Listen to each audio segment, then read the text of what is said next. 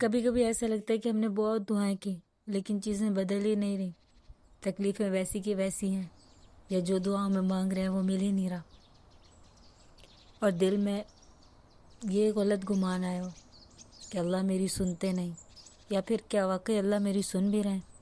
السلام علیکم، میرا نام کشمالہ ہے and welcome to Ramzan series healing through Quran و حدیث ایپیسوڈ 10۔ اللہ پاک قرآن میں فرماتے ہیں ادعونی استجب لکم، مجھ سے دعا کرو میں تمہاری دعا قبول کروں گا۔ یہ کوئی سجیشن نہیں، یہ کوئی ویک ہوپ نہیں، یہ اللہ کا وعدہ ہے۔ وہ کہہ رہے ہیں تم بس پکارو میں جواب دوں گا۔ ہم گناہ کرتے ہیں اور پھر شیم فیل کرتے ہیں، دعا کرنا چھوڑ دیتے ہیں۔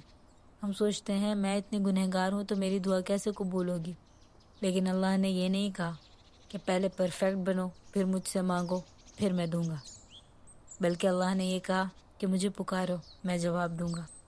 دل بار بار برائی کی طرف جاتا ہے، آپ اسٹرگل کر رہے ہیں، سب سے پہلے دعا بند نہ کریں، کیونکہ شیطان یہی چاہتا ہے کہ آپ گلٹ کی وجہ سے دعا کرنا اور اللہ سے بات کرنا چھوڑ دیں، لیکن اللہ کہہ رہے ہیں آؤ، چاہے گناہ ہو تو گناہوں سمیت آؤ، ٹوٹے ہوئے دل کے ساتھ آؤ، میں سن رہا ہوں۔ اور خاص بات، دعا کا مطلب یہ نہیں کہ فوراً رزلٹ آ جائے، کبھی اللہ سچویشن بدل دیتے ہیں۔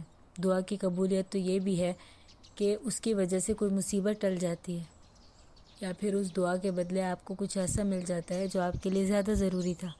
کبھی اللہ آپ کو اسٹرانگ بنا دیتے ہیں، کبھی اس چیز کو بہتر وقت تک کے لیے ڈیلے کر دیتے ہیں، لیکن اللہ آپ کی دعا کو اگنور نہیں کرتے۔